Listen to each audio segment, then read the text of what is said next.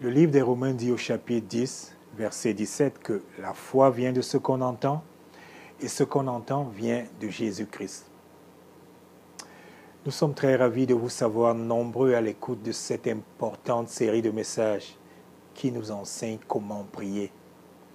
Si vous n'avez pas regardé la première partie de ce message, je vous invite d'abord à le faire.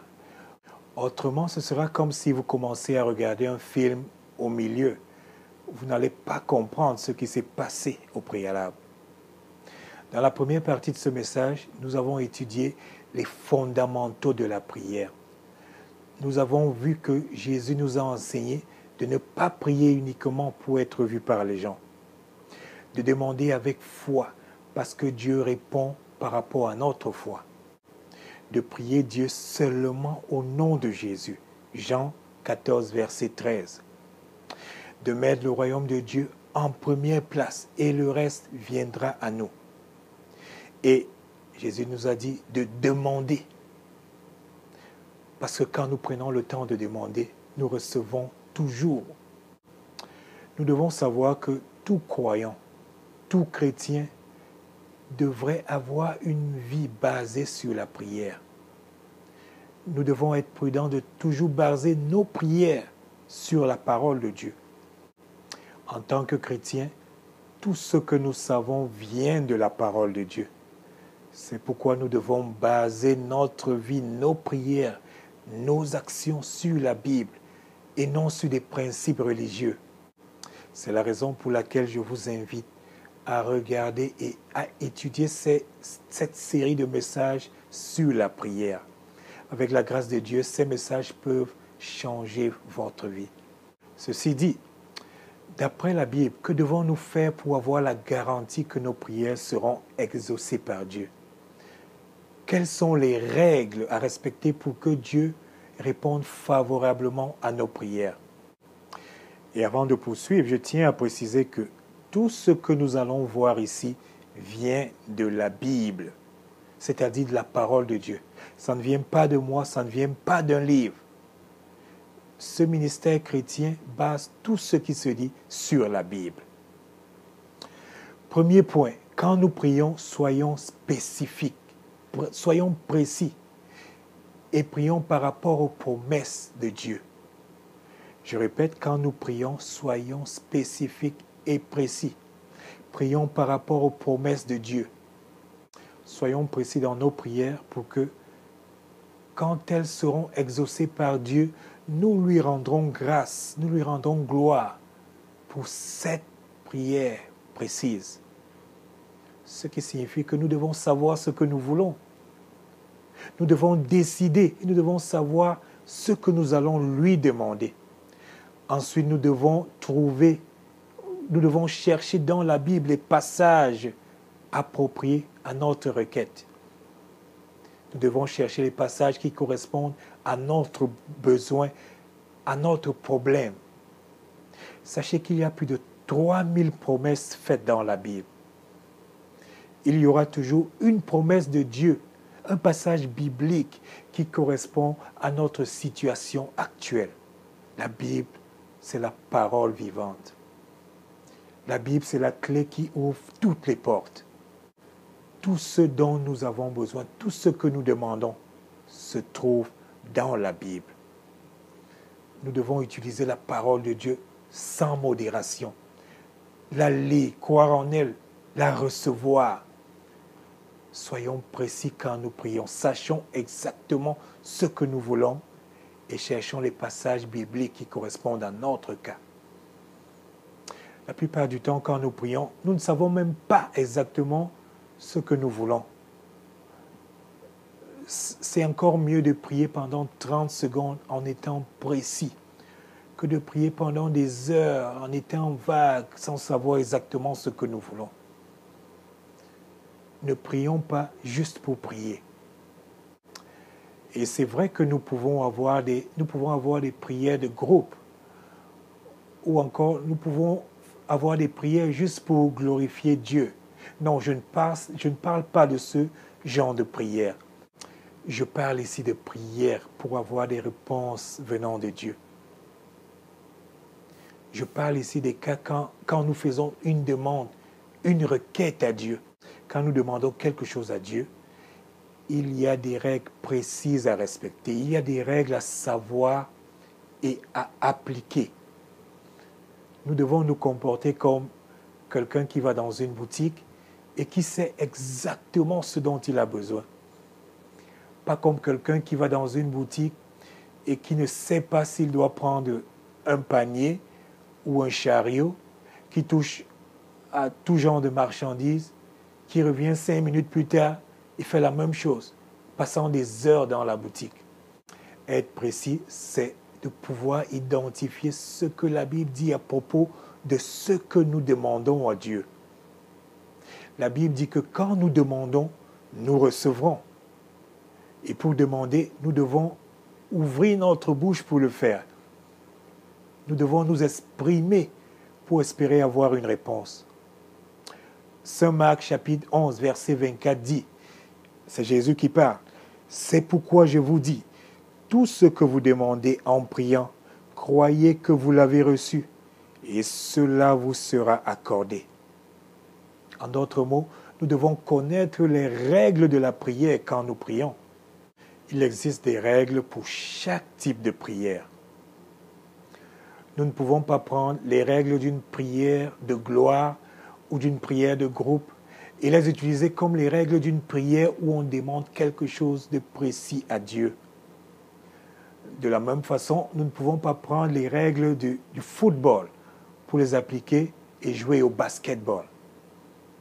Chaque prière a ses propres règles. Apprenons à prier par rapport à ce que la Bible dit. Nous ne devons pas commencer à prier sans savoir ce que la Bible dit à propos de notre cas précis. Si nous ne cherchons pas d'abord ce que la Bible dit à propos de notre requête à Dieu, nous allons manquer de confiance, d'audacité. Et l'ennemi cherchera à implanter le doute dans notre prière. Et ce doute détruira notre prière car Dieu répond à une prière qui est dite avec foi. L'ennemi nous fera douter et nous nous poserons la question de savoir si Dieu veut vraiment nous donner ce que nous lui demandons. Nous devons croire au pouvoir que Dieu a à exaucer les prières. Nous devons savoir quels sont les bénéfices de la prière. Une prière dite avec foi va écraser la tête de l'ennemi. La foi que nous mettons dans notre prière peut faire bouger les montagnes. Et les montagnes ici représentent nos problèmes. Notre foi commence seulement quand nous savons quelle est la volonté de Dieu.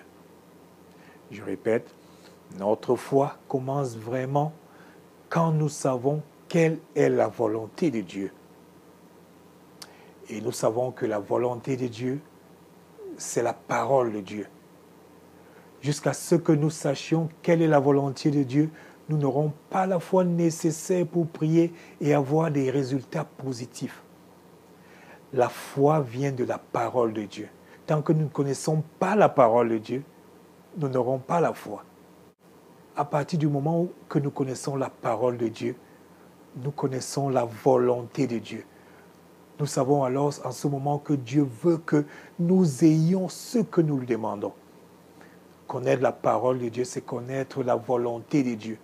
Et c'est ce qui produit la foi, qui permet à nos prières d'être exaucées.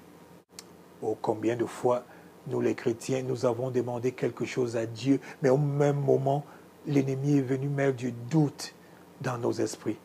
Tu es vraiment sûr que Dieu veut ou peut te donner ce que tu demandes? Tu es sûr que Dieu t'écoute? Nous devons être précis sur ce que nous demandons à Dieu.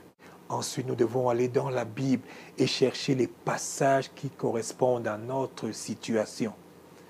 Et là, quand l'ennemi vient avec le doute, nous devons le gifler avec la parole de Dieu. Nous lui dirons alors que la parole de Dieu, qui est la volonté de Dieu, nous permet de lui demander. Et puisque c'est la volonté de Dieu, et puisque Dieu ne ment pas, alors ce que nous lui demandons est garanti. Quand nous utilisons la parole de Dieu pour prier, le diable ne peut pas attaquer notre confiance. il ne peut pas attaquer notre foi. Nous devons comprendre que la parole de Dieu, c'est la volonté de Dieu. Nous devons méditer cette parole qui est la volonté de Dieu.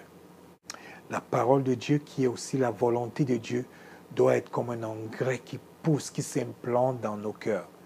De la même façon que quand un cultivateur plante du maïs, il met une semence dans le sol, cette semence qui grandit, et plus il arrose ce qu'il a planté, plus cette semence s'enracine au sol et se met à grandir.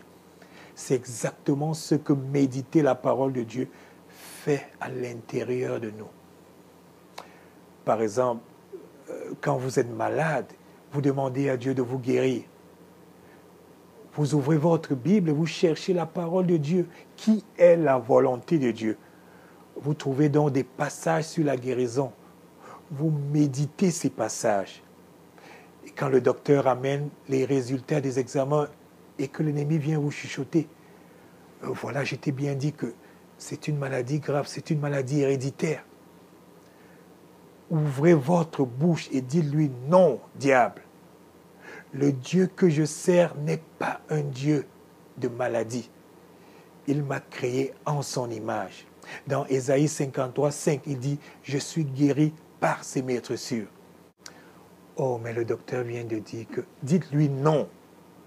Jésus est mon docteur. Nous devons savoir que le docteur qui est à l'hôpital pratique la médecine. C'est un praticien, ce qui signifie essayer ce médicament. Si ça ne marche pas, j'essaye ce traitement. C'est pourquoi la médecine est une science. Et la science n'est toujours pas exacte. La science change à tout moment. On voit tous les jours des médicaments qu'on croyait efficaces être retirés du marché. Dieu ne pratique pas la médecine. Dieu guérit. Exode chapitre 15, verset 26.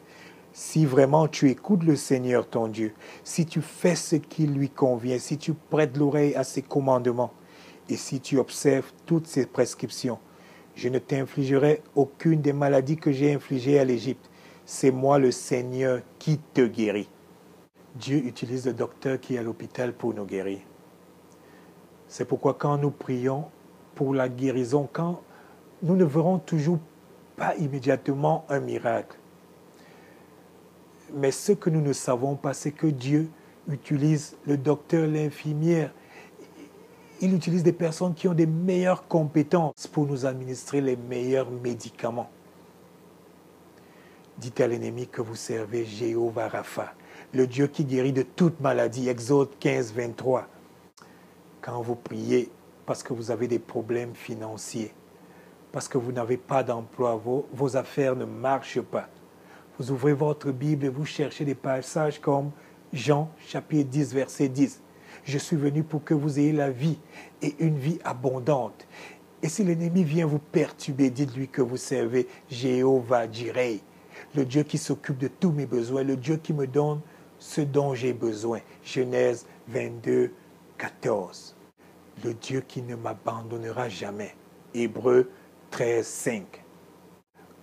Ou quand vous avez des problèmes avec votre conjoint dans votre couple, vous devez ajouter dans votre prière des passages comme Proverbe 18, 22. Seigneur, tu as dit que celui qui trouve une femme reçoit un don de toi. Je te remercie d'arranger ce problème car tu as dit dans Malachie 2, 16 que tu hais le divorce. Et quand le diable vient vous dire que ce problème est trop grave et ne peut pas être arrangé, dites-lui que Matthieu 19, 6 dit « Ce que Dieu a mis ensemble, rien ne peut séparer. » Mes frères et sœurs, il existe des passages bibliques et des promesses de Dieu pour chaque situation de notre vie. La Bible a la réponse à tous nos problèmes. La Bible, c'est la clé qui ouvre toutes les portes. Pour avoir du succès dans cette vie, nous devons méditer la parole de Dieu. Josué chapitre 1 verset 8 dit « Ce livre de la loi ne s'éloignera pas de ta bouche. Tu le reliras jour et nuit pour veiller à mettre en pratique tout ce qui est écrit. Alors tu mèneras à bien toutes tes entreprises et tu réussiras. Ne t'ai-je pas donné cet ordre? Sois fort et courageux. Ne t'effraie pas, ne sois pas terrifié, car le Seigneur ton Dieu est avec toi partout où tu iras. Si nous portons la parole de Dieu en nous, nous aurons toujours la solution à nos problèmes. Nourrissons-nous constamment de la parole de Dieu, afin que quand l'ennemi vienne, nous ne soyons pas déstabilisés. Psaume 119, 11. Je serre dans mon cœur ce que tu as dit pour ne pas pécher contre toi. Sachez que la prière, c'est une guerre spirituelle. Ne soyez pas trop religieux et dites, oh, peut-être que ce n'est pas la volonté de Dieu pour que cette prière soit exaucée. Si vous le faites, c'est appeler Dieu menteur. Comme Jésus l'a fait, proclamons la parole de Dieu. Quand nous avons une situation, proclamons la parole de Dieu. Matthieu 4,4, il est écrit, l'être humain ne vivra pas seulement de pain, mais de toute parole qui sort de la bouche de Dieu. La Bible dit que quand Jésus a dit à l'ennemi ce que la parole de Dieu dit, l'ennemi l'a laissé tranquille. Jacques 4, verset 7 dit, résistez le diable et il fuira loin de vous. La prière, c'est un champ de bataille. Et l'arme que nous devons avoir, c'est la parole de Dieu plantée en nous. L'absence de prière dans notre vie va nous pousser à pécher. Et le péché va nous entraîner loin de Dieu. Une vie de prière nous rapproche de Dieu. Alors la question que je vous pose aujourd'hui, c'est de savoir comment est-ce que vous priez? Pourquoi priez-vous? Est-ce que quand vous priez, vous appliquez cette première étape que je viens de vous démontrer? C'est-à-dire être précis dans votre prière. Et si votre réponse est non, faites-le et vous verrez les résultats. Ne manquez surtout pas le prochain message, car nous continuons à étudier comment prier. Marchez par la foi et non par la vue.